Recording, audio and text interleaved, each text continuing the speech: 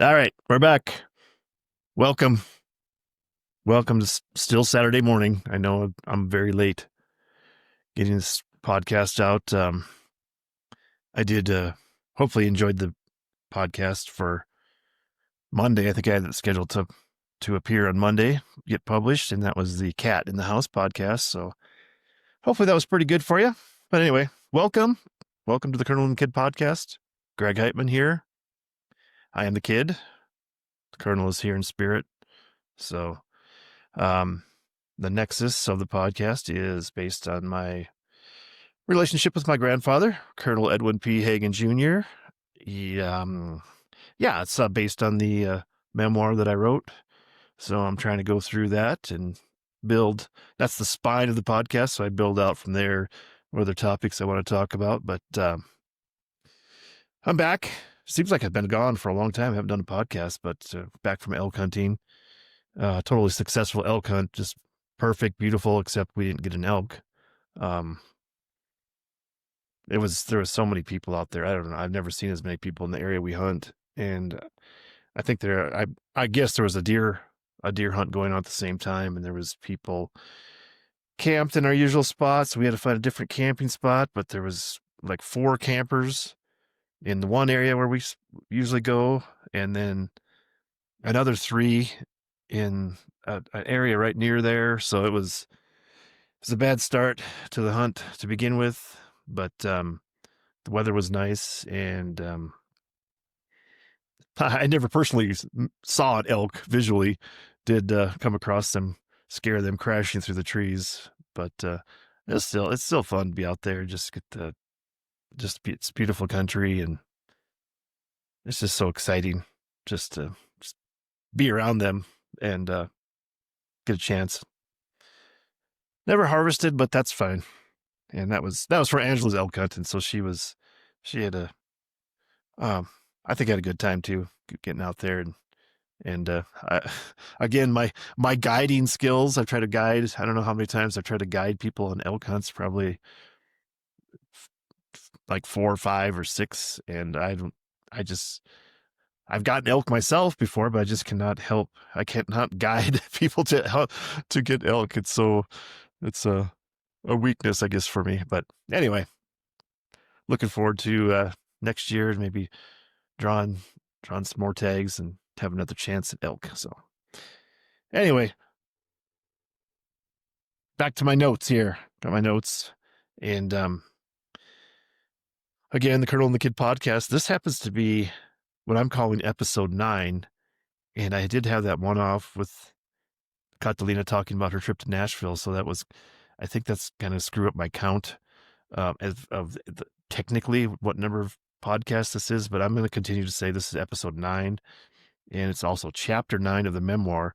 And the title of this, the chapter 9 from the memoir, is The Peonies. And those are the flowers that my grandpa grew and was very protective and proud of in his yard. And so I have a little chapter on those flowers and gardening in general. And I think I'm probably just going to jump into that because I want to get that read quickly before my voice starts faltering, possibly because I'm still kind of tired. I'm actually very tired from hunting still.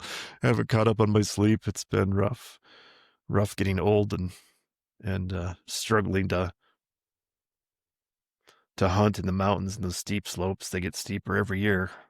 Seems like it couldn't be that I'm getting older and less able to trudge up and down the peaks and valleys of the mountains. But anyway, let's go ahead and get the chapter 9 read into the record. And this is the Colonel and the Kid memoir.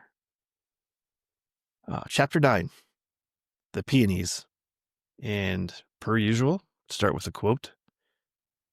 End quote. Life begins the day you start a garden. End quote. And this is a Chinese proverb. And starting the chapter.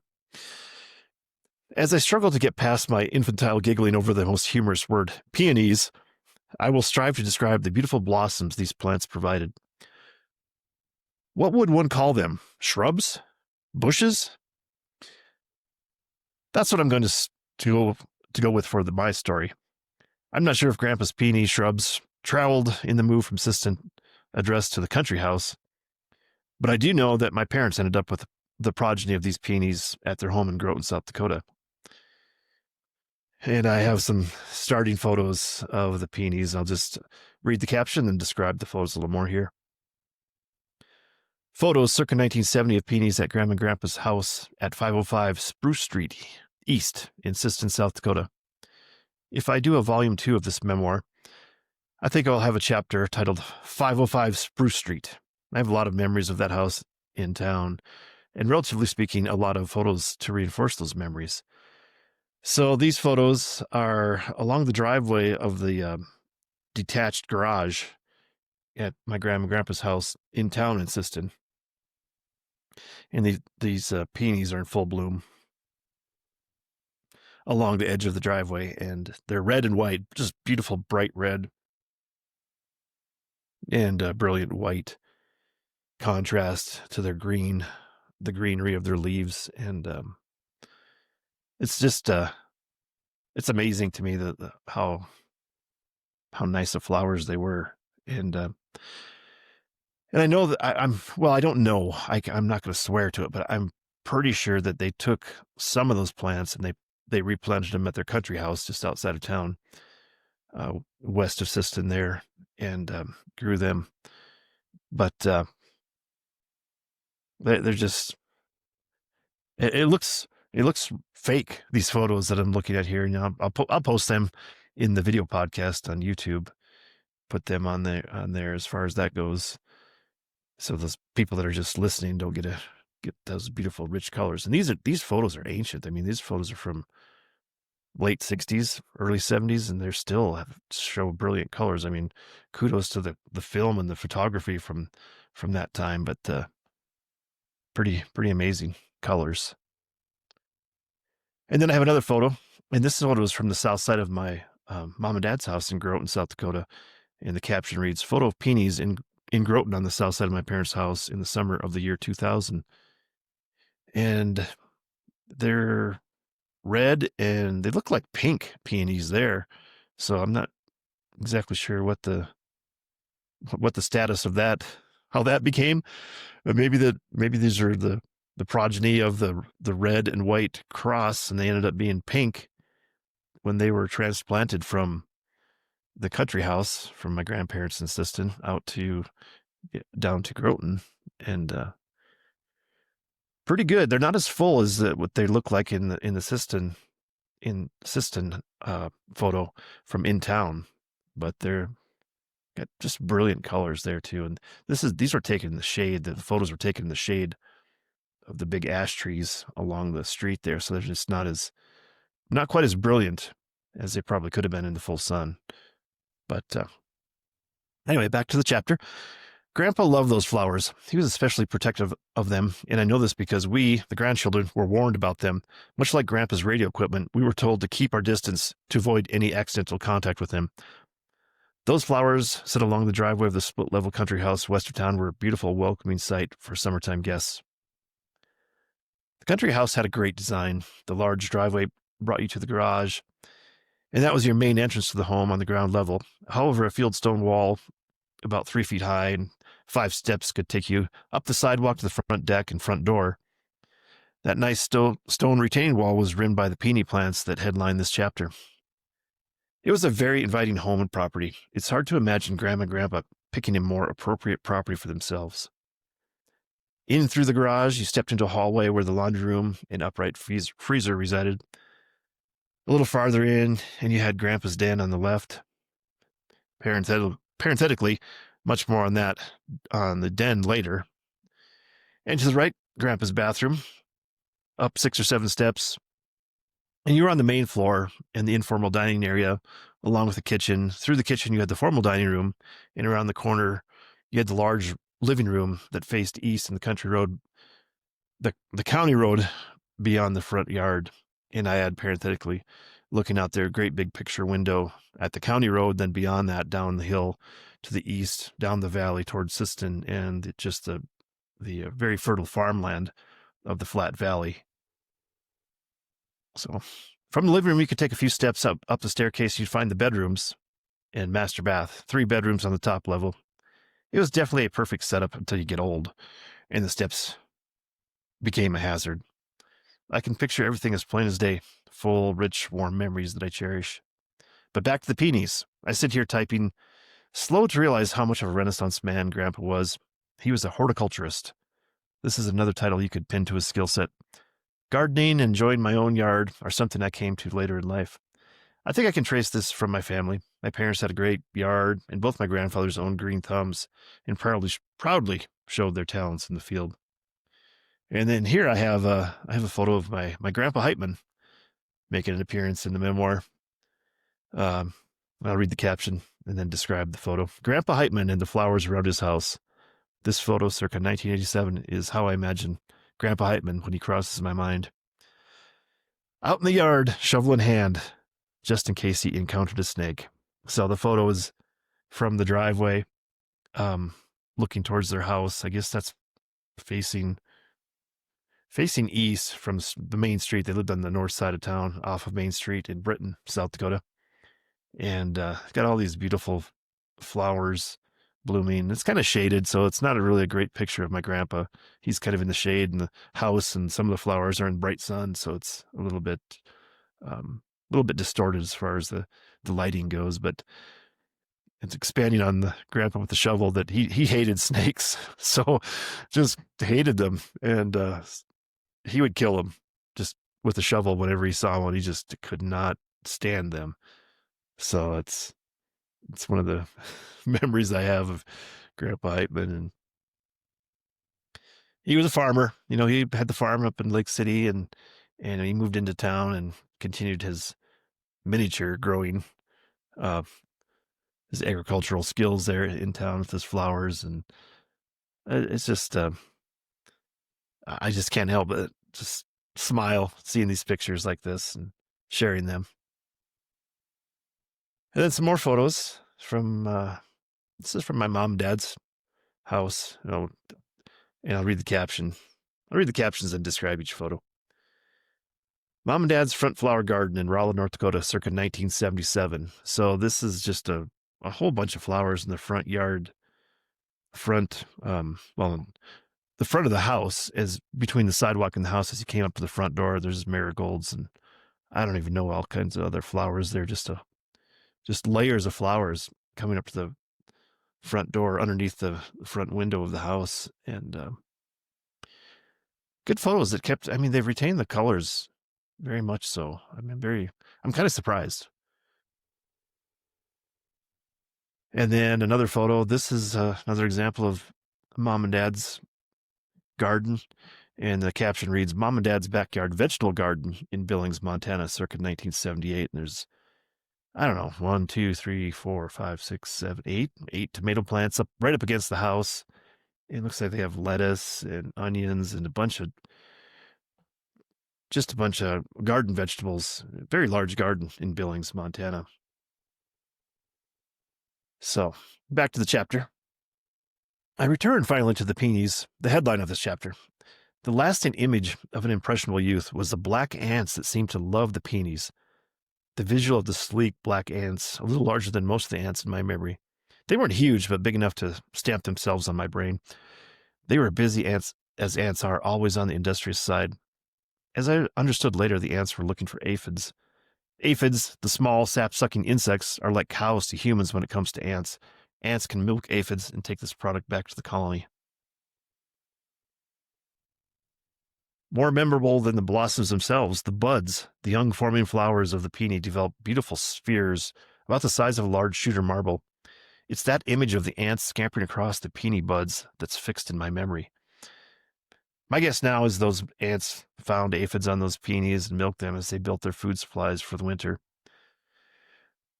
I will formulate a plan to further understand the ant-peony relationship, and I really want to get a photo of these ants on the peonies. A trip home to my parents is warranted to try to forever capture the image on camera.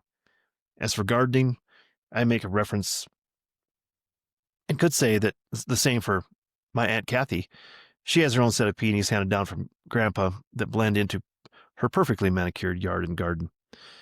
And I add parenthetically that I never did get a chance to get back to get a picture of the Peonies at my mom and dad's because um, after my dad passed away, then my mom moved from the house, and I just never got a chance to get a photo of those. Maybe I can find some just randomly and have them in my in my library of photos of ants crawling across the peony buds, because it's just fascinating to me. It's just amazing what you remember, or what what the most visual stimulating memories you have. And that was one of the things I just could not understand, how those black ants were so attracted to those peony buds.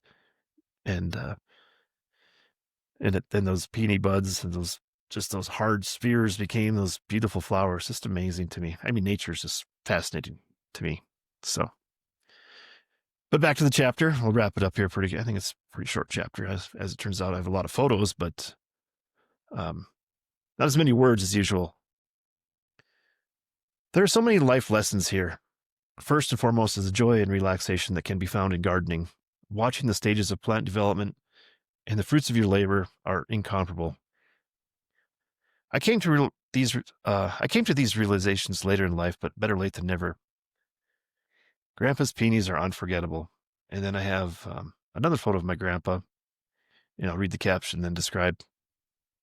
Grandpa showing off his backyard garden, giant sunflowers. Note the trees in the background.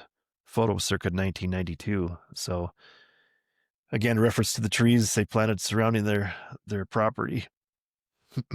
And he's got these giant sunflowers. They're just taller than my grandpa, probably about 3 feet taller than he is. And they have the flowers on them are probably at least a foot across, and they're kind of drooping down. They're just so heavy, laden with seeds. And he's posing by the sunflowers, kind of holding one up. And it's just a really cool photo, I think, of those giant sunflowers. And then I have a couple more photos of my own sunflowers that I grew back my backyard here in Santa Fe. And the caption read, "Photo of Greg's Santa Fe sunflowers from 2020." And they're smaller, and they're just the bright yellow petals and the dark brown center. It's where the actual miniature flowers are. But yeah, it's hard to grow sunflowers, it seems like, in Santa Fe, because there's so many squirrels that I just cannot cannot get them started. And I mean, the squirrels just love the tender leaves and the stems of those sunflowers when they're first popping out. So somehow we got to protect them enough that they can get a good start. And where the squirrels move on from that food, I mean, it seems like they move on through the season of different types of foods they like to eat. And in the spring, it's the sunflowers. They just love to mow them down. But so I got just a couple photos there of the regular sunflowers, and I've grown different kinds of sunflowers throughout the years. Not the giant ones that my grandpa has a photo of there, but I had some different colors, just multicolored. Some have those little, real rich reddish brown petals, and those are really cool. But in the memoir, I just included the traditional yellow sunflowers. So anyway, I'll wrap it up. I got a couple. I mean, this is a good chapter, because if you're ranking the chapters, if you have more than one quote at the beginning and one at the end, then you know it must be a special chapter. But I have 2 quotes at the end talking about gardening, and ending the chapter on peonies. So anyway, the first quote is, quote, "Gardening is the handiest excuse for being a philosopher. Nobody guesses, nobody accuses, nobody knows, but there you are. Plato and the peonies. Socrates forced growing his own hemlock. A man toting a sack of blood manure across his lawn is kin to Atlas letting the world spin easy on his shoulder." End quote. And that's a quote from Ray Bradbury, noted science fiction writer. And finally, the ending of the chapter, the closing of the chapter 9, the peonies. Quote, "Gardening adds years to your life and life to your years," end quote. And that is an unknown attribution for that quote. So anyway, that's the end of the reading for the Colonel and the Kid memoir. And I will, since I've seen these photos of the sunflowers, I had um, an opportunity a couple years ago. It was so interesting to me just driving um, back from seeing my mom up in Aberdeen. I was living in Fort Pierre, and there was this large field of sunflowers just outside of Pierre, probably 15 miles outside of Pierre, and they were in bloom, and they're spraying them for some sort of bug infestation or something. And I was trying to get my phone out, and I was going to get a little video of the spray plane, and it was coming right to me as I was approaching, coming to the field. I got to the field, and the spray plane was coming by, and I was trying to video it, and it was just so cool. And the spray plane just came probably within just 100 feet or so of my truck as I was going by. It was just awesome. But then it turned out I somehow managed to just barely get any of the video of the actual plane. So I'm just driving. I don't recommend this. Don't do this at home either. Don't do this, anybody driving and trying to take photos or video of anything while you're driving. It's very dangerous. I don't recommend it. And it's very stupid that I even tried to do it. But then it turned out that the video was terrible too, because I barely got the spray plane and you couldn't see. And then it came right by me. And I thought it was this beautiful video, this awesome video I could share with people. And it was just turned out to be me getting just like maybe the wheel of the airplane as it went by. And just like, just makes me angry at myself to think that I screwed that up. And anyway. All right. Anyway, we'll close out the chapter and get back to the rest of the podcast here and see what we got to share.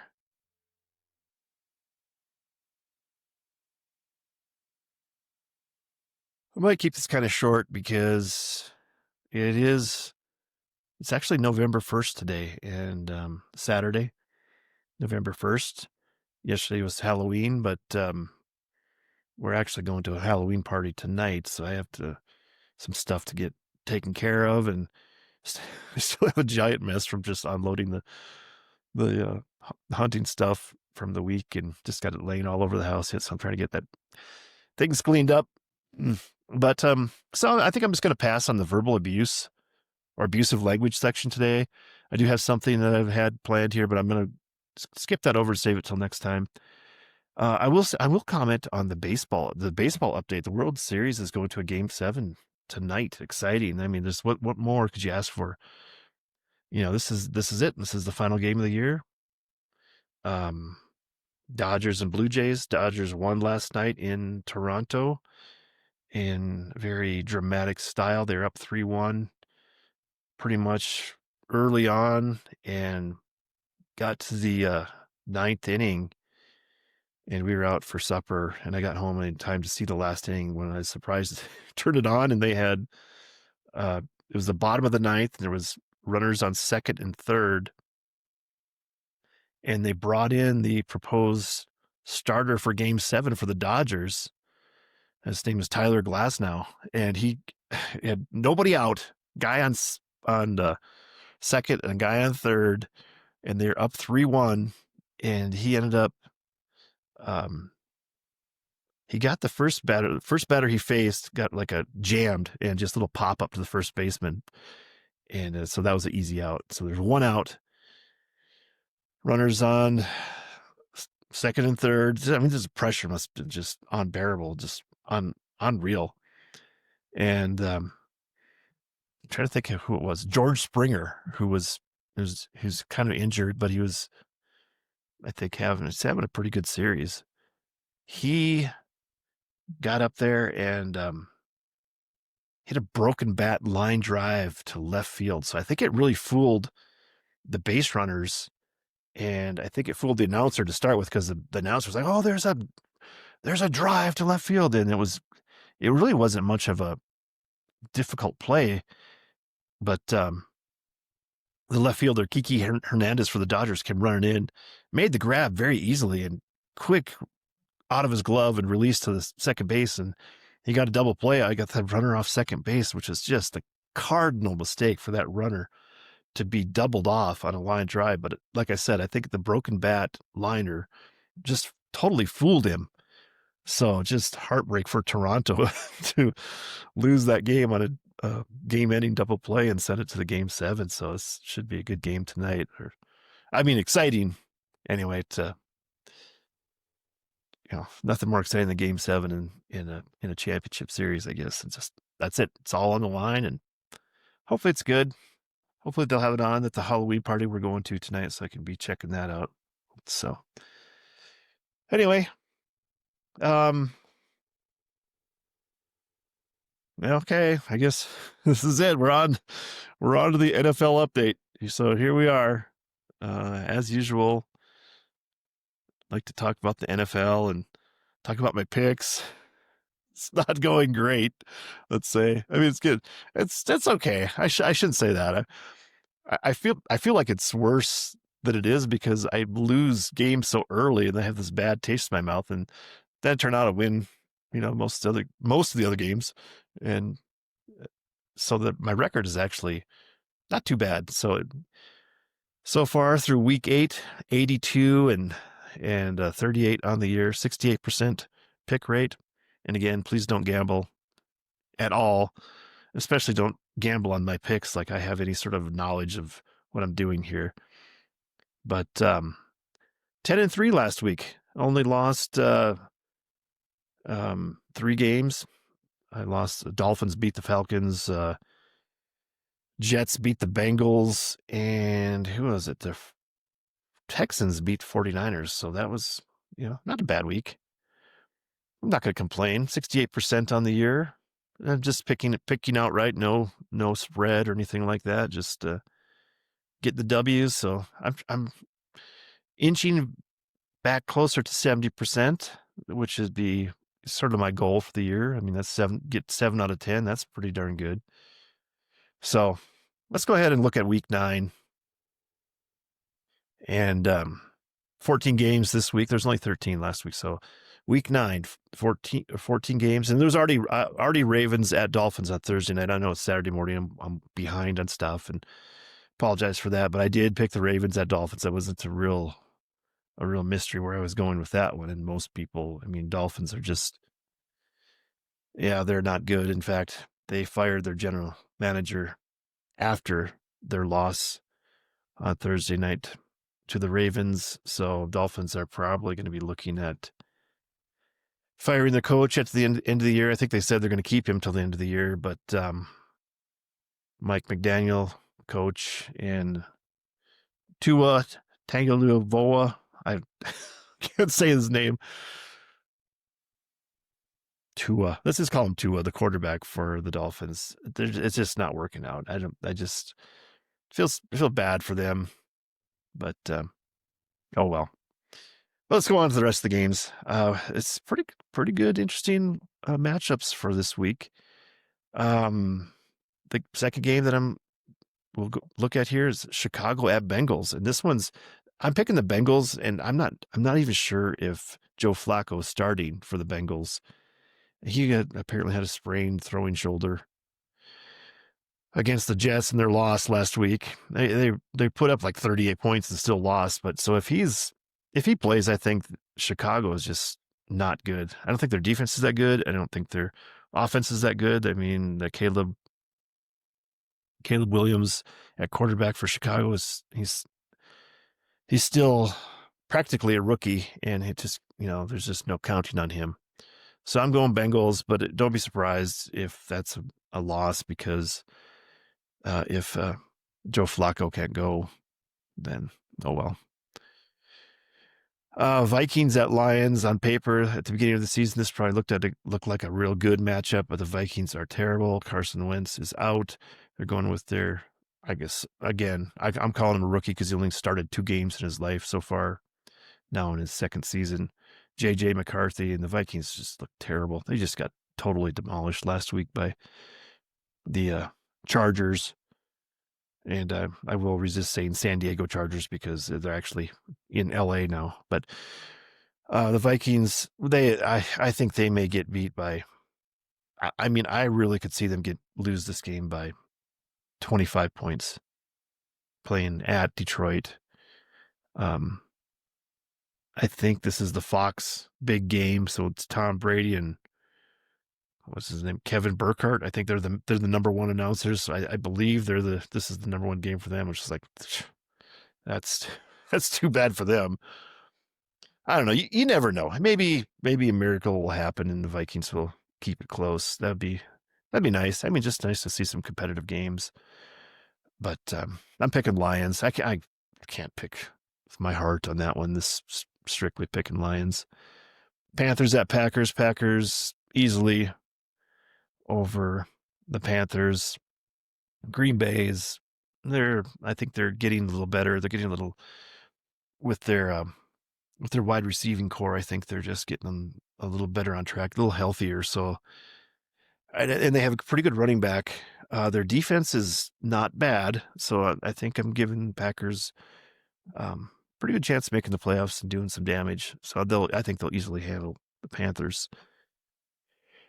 Game 5, Chargers at Titans. I'm looking at that game thinking that,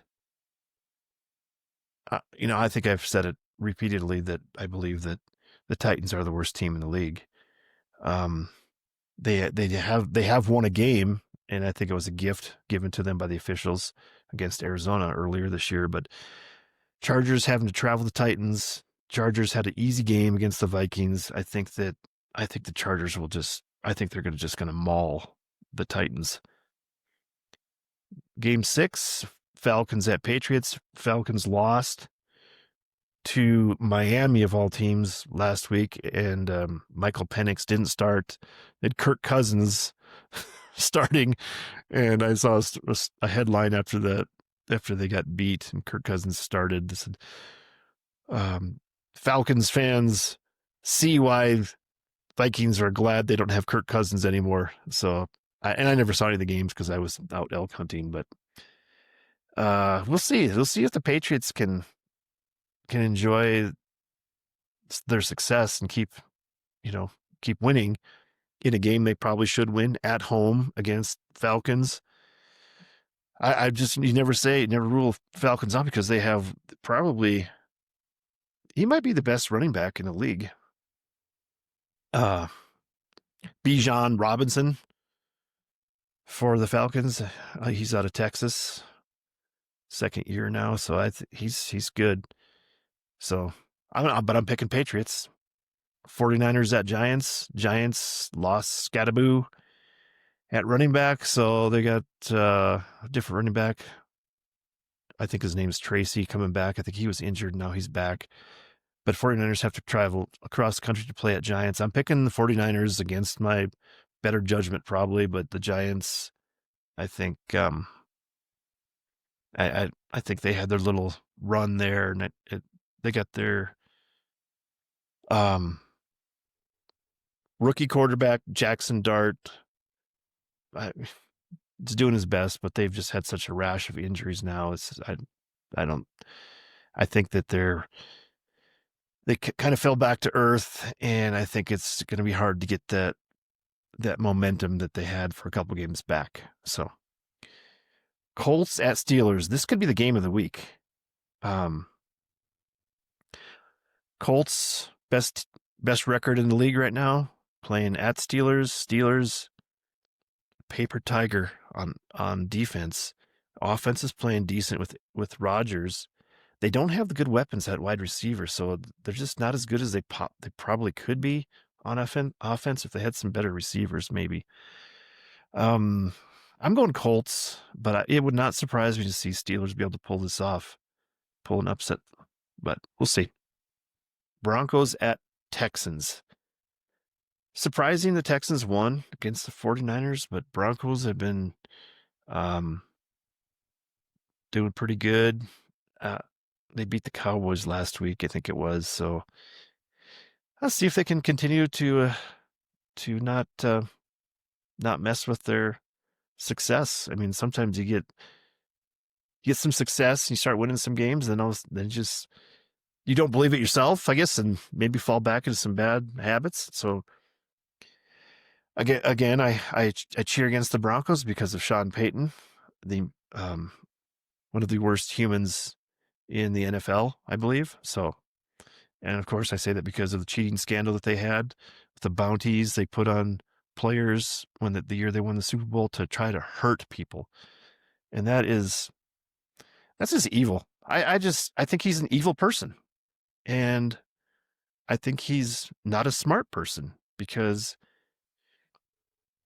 he ended up getting hooked on drugs during the peak of the opioid problems that were going on. I think we're hopefully heading down the backside of that, and that's abating somewhat as far as Americans being hooked on opioids.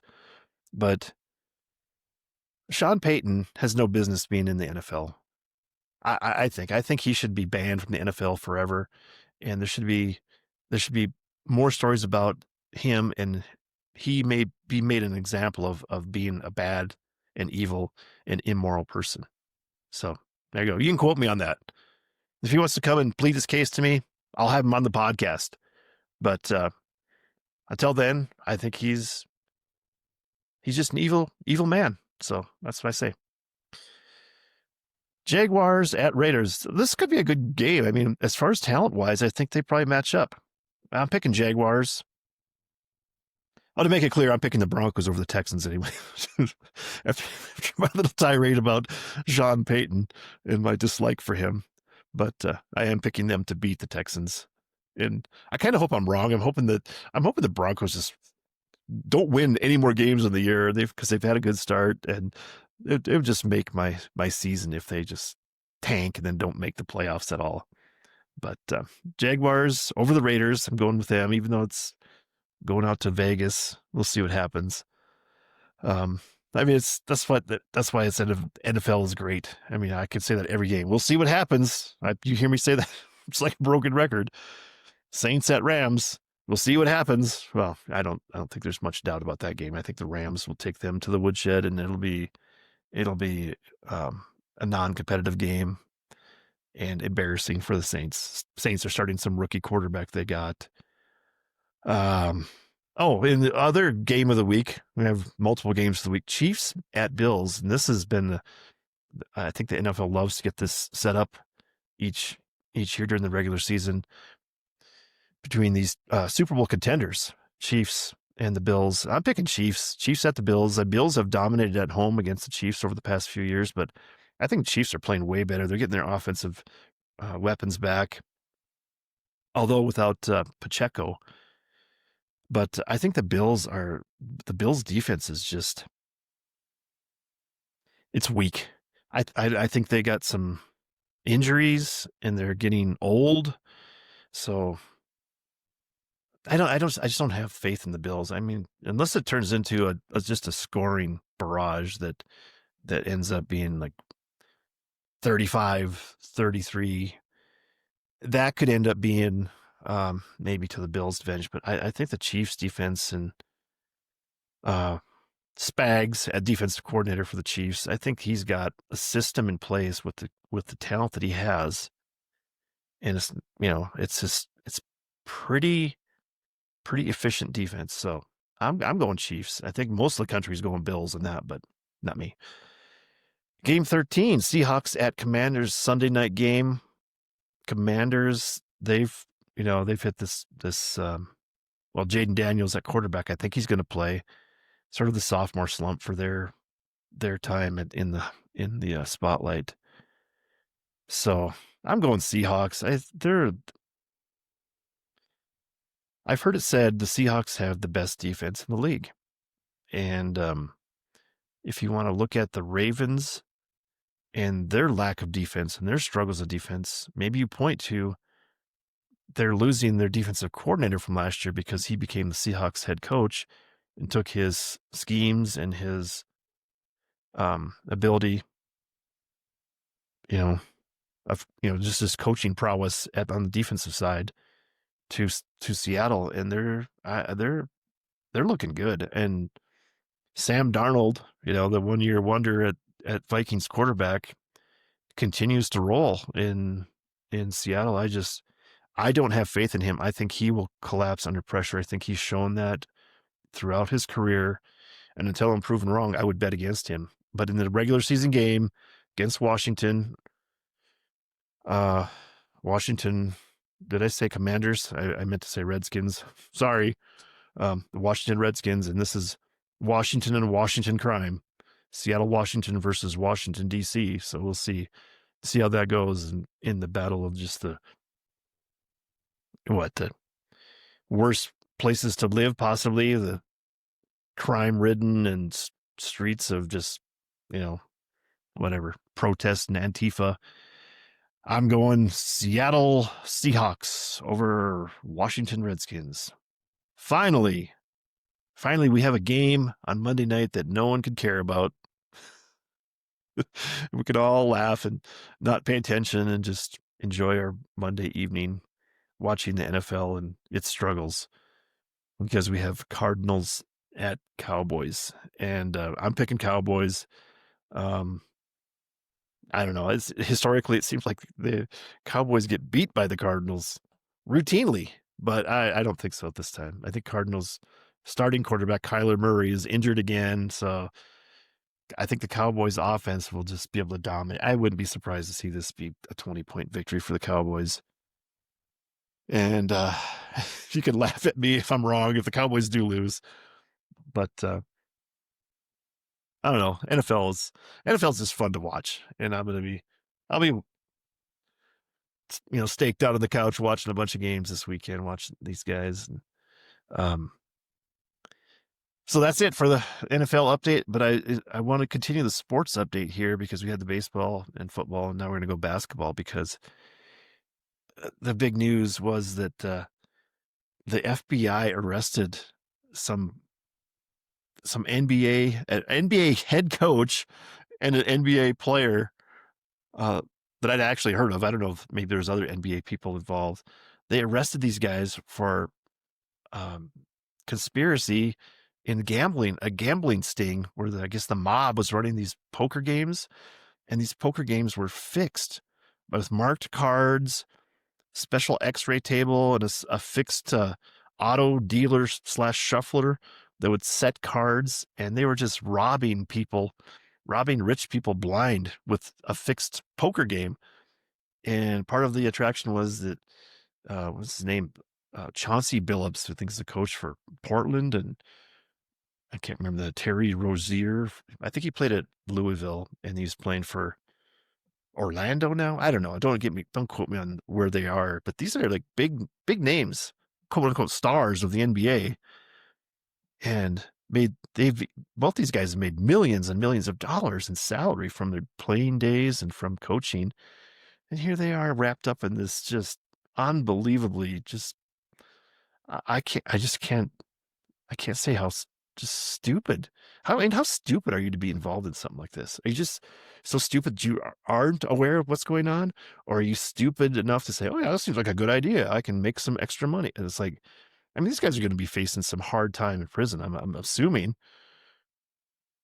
I guess maybe the justice system is different for rich people too. So maybe not. Maybe they'll just get a slap on the wrist or probation. They'll be cooperating and getting all the mobsters arrested and thrown in jail and testifying. Who knows? But it's just disgusting. Just again, talking about the gambling, and maybe I follow the side of this conspiracy theory for everything. And for years I've had the idea that I watch the NFL, but I kind of have this self-loathing feeling when I'm involved in watching NFL, even talking about this stuff, because I call it the NFL Incorporated, because it's a business. They're out to make money. It's to me, it's not about competition anymore. And they make a lot of money. There's billions of dollars involved in just TV, and not to mention just concessions, ticket prices, parking, whatever it is that's involved in any of this stuff. Yeah, I mean, the products that they wear. I'm not wearing an NFL product. I think I'm wearing my South Dakota State University Jackrabbits, which is slowly becoming professional, because now they're paying players in college level. Officially, they were paying them unofficially before, but now it's creeping down to the college level. And here I am supporting it by buying, my quarter zip here. But NFL Inc. I think it's a good conspiracy theory, but so it's not even about competition. It's about how do you maximize revenue. So you have these certain games that are put together in certain matchups where you can get more eyeballs on the TV, sell more commercials, get more viewers.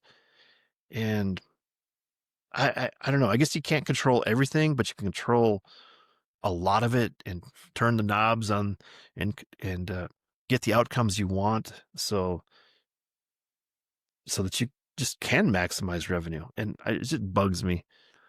It bugs me that I'm so involved in it still and just so attracted to it. And I feel like my own, I guess I am Sean Payton. I'm addicted to this drug that's the NFL and I can't quit it. Like he can't quit opioids. Ugh, God, that guy, I'm just disgusted by him. And the NFL just lets it go on like nothing. I don't know. I guess I encourage everyone to just Google Sean Payton and opioids and see what the stories are, see if you can even find that information. It was so quickly swept under the rug and all this stuff. And it's not even mentioned anymore about his the bounty gate and that he was suspended for a year. I mean, it's just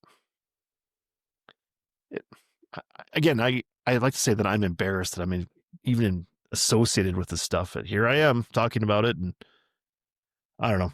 I'd like to make it better. Maybe that's my mission in life here. Clean up the NFL and make it real. Make the NFL great again somehow, and just pure competition. So anyway, I forgot to mention the buys. There's still some bye weeks. There's 4 teams off because typically there's 16 games. There's only 14 this week, so there's 4 teams that have buys, and that's the Browns, the Jets, the Eagles, and the Buccaneers. So they got the week off and get their rest and stuff. And I can't imagine what that's like for the NFL team.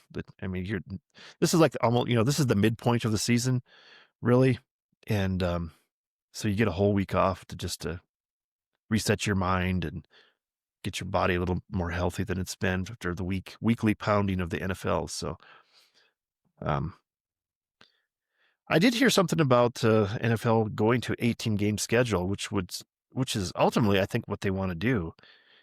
And I think what they're talking about is that each team would get 2 buys during the season, and then the Super Bowl would be pushed back to the President's Day holiday, which would be perfect. I mean, because everyone would have the day off. Well, virtually everyone would have the day off on that Monday after the Super Bowl for President's Day, and you could have big parties on Sunday and enjoy that. So I'm looking forward to when they do that for the NFL, get to 18 games and just add another. I don't know if they add another week on there or if they. I don't know how it exactly worked, but that'd be so nice to extend the season, have a little. I can do one more picking week and monitor my progress. But anyway, that's it for the week 9 of the NFL. Looking forward to it. After missing my week out in the woods hunting, did get to hear a few of the games here and there on satellite radio, but it's not the same as being able to watch and see some of the stuff and be able to formulate your opinions on the picks and stuff and see how they go. So looking forward to that. Anyway, I think one of the things I wanted to do today is just I think we can see it here. Hopefully, I have a new addition to my background poster. My long hollow. This is right here. This is the long hollow poster, which is a poster of the book cover. Here's the actual book, Long Hollow. And I get cracked up because you can see how yellow and just discolored the poster was, because that poster hung up in my office when I was working for Federal Highway Administration in Santa Fe, and there was a lot of sun that came through my window there, and it really got discolored by the sun there. And it's funny because it doesn't look at all it's supposed to be white like this background. And I designed the front cover. I designed all of my front covers of my books and stuff. And this is an actual. I actually have the skull right here. I'll show it to you. The skull, for those watching the video, you can see that this is the skull that was the model for the Long Hollow book back here, and I just took this picture and put it into um, Adobe and did some manipulating of the colors and stuff. And I then printed that out, and then I sprinkled some watercolor red paint on there to make it look like blood, I guess.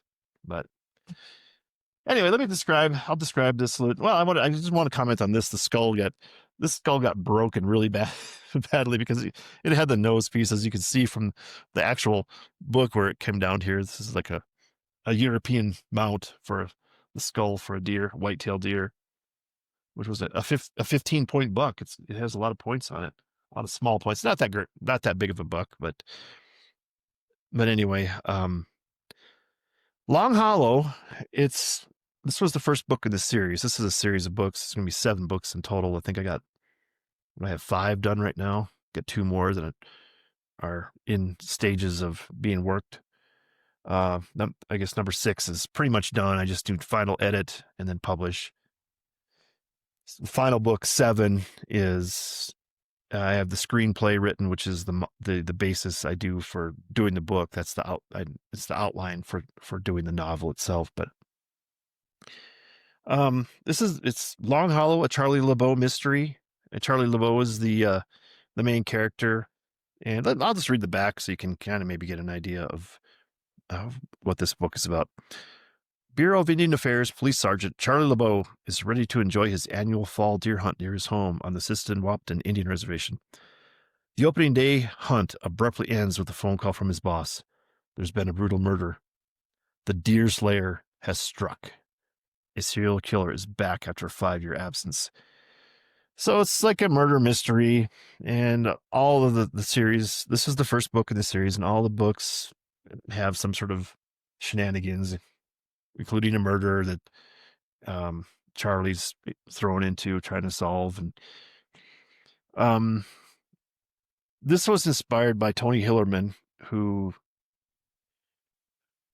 basically he grew up in Oklahoma, born in Oklahoma, but he came to New Mexico at a young age and was a newspaper man. But he ended up writing mysteries based on BIA policemen on the Navajo reservation, and then the northwest corner of the state and into Arizona and just the Four Corners region of the Southwest here. And Tony Hillerman wrote about his characters were Sergeant Jim Chee and Captain Joe Leaphorn. They're Native American police detectives, or police officers on the Navajo reservation. So they're BIA policemen. And so I took that idea and transferred up to South Dakota area near where I grew up, and came up with my own character of Sergeant Charlie LeBeau out on the Siston-Wapton Indian Reservation. And I stole that idea, customized it to my home country. And little did I even know that similar fashion, if you've heard of Longmire, it's my stuff's in the vein of Longmire, which I didn't even know existed. Craig Johnson writes these books with Walt Longmire, and it's similar, but Walt Longmire is not native. He's a sheriff, he's a white sheriff working adjacent to the reservation up in Wyoming. So that's where it's set, in a fictional town of Durant, Wyoming. And if you've never read the books or seen the Netflix series, I highly recommend those books. I think Craig Johnson does an excellent job, and the series is really good on TV.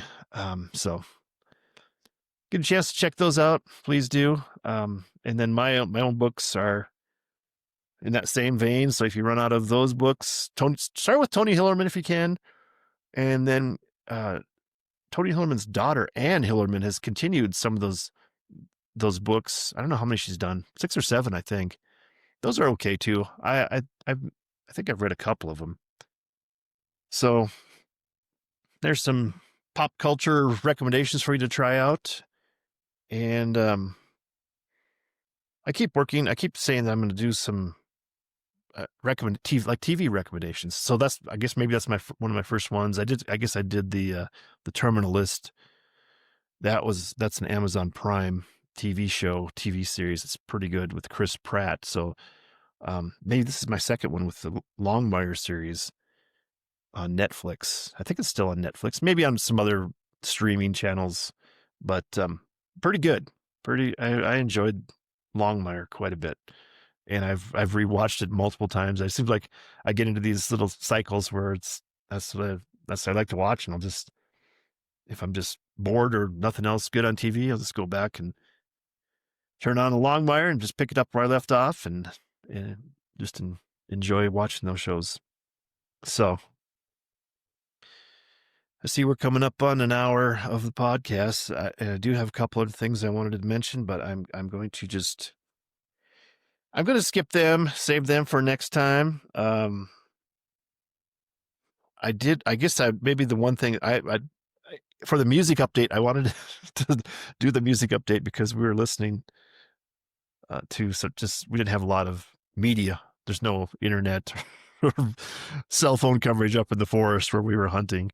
So we get to the camper at night, it was just listening to your music off your phone. So I think I was drinking a Dr. Pepper, and the song Under Pressure by Queen and David Bowie came on. And for some reason, I just thought, man, this is a perfect, I mean, just the way the cadence is for Under Pressure. They should do an advertisement instead of Under Pressure. It should be Dr. Pepper. So look that up.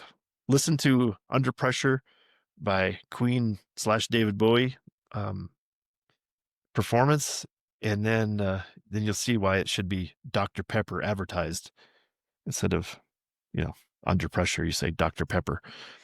And then look up the lyrics to Under Pressure, and it's hilarious to me. Because I was trying to think of, I was going to make up my own lyrics for the Dr. Pepper advertising to the tune of Under Pressure, but there's a lot of just filler words where Freddie Mercury is just singing like da da dee da day, and it's just, to look at the lyrics and read the lyrics, it's just it's just sounds that he's making. There's actually no words, and it's just kind of hilarious to me to see that. So that's the musical update for today. Short and sweet. David Bowie and Queen. It's a really good song. I mean, really inspirational song. And I will comment on the video for that, because I remember as a kid seeing that video. It must have been like the early MTV era too. And they would have it. Actually, I remember we had HBO, and they would play musical videos like between, because they'd start the movies at the top of the hour. So the movies they would end like at, let's say, an hour 43. So they had time to fill. So sometimes they just play musical videos. And I remember seeing the musical video for this Under Pressure song. And it starts off with like an engine from a car being blown up, just the slow motion, the parts scattering everywhere. Then at the end of the video, all the parts they play it reverse, and after the explosion, all the parts come back together real slowly, and then you have a completed motor from a vehicle. So that really stuck with me as a child too, to see that video. So look that video up too, Under Pressure by Queen/David Bowie. You'll enjoy it. And of course, I mean, I'd be remiss if I didn't talk about the bass line for Under Pressure, that Vanilla Ice took that dun dun dun da da da da, and he made that the through line for his Ice Ice Baby song, which was a huge hit. I think it's still pretty huge. People love that song, Vanilla Ice and Ice Ice Baby. So classic, just a perfect classic musical update inspired by drinking a Dr. Pepper and hearing Under Pressure at the same time. And I don't know if anybody's ever even thought about that. I did a little Google to see if that was a thing that or maybe I had just discovered it now. And if I did, I'm giving myself full credit, and hopefully Dr. Pepper will come to me with some sort of, I guess, compensation package for coming up with this great idea. So anybody out there wants to forward this on to the Dr. Pepper company, feel free. I mean, I don't have to give me compensation. They could just give me credit. I guess maybe that'd be the biggest thing. So anyway, we made it an hour. Like I said, I got that reading done early, and I think I'm kind of losing my voice here a little bit. So I'm going to wrap it up. And I guess whatever number of podcasts we're on, and I think we know how we end it. We say we're going to stay positive, look ahead, be glass half full guy, and take action. You do it. You be proactive. Get out there and make things happen. And of course, knock, and the door will be open to you. Seek, and you'll find. Ask, and you shall be given. So that's it for the Colonel and the Kid podcast this week. See you next time. Don't say goodbye. We just say see you next time. So thanks for checking it out, and have a great weekend.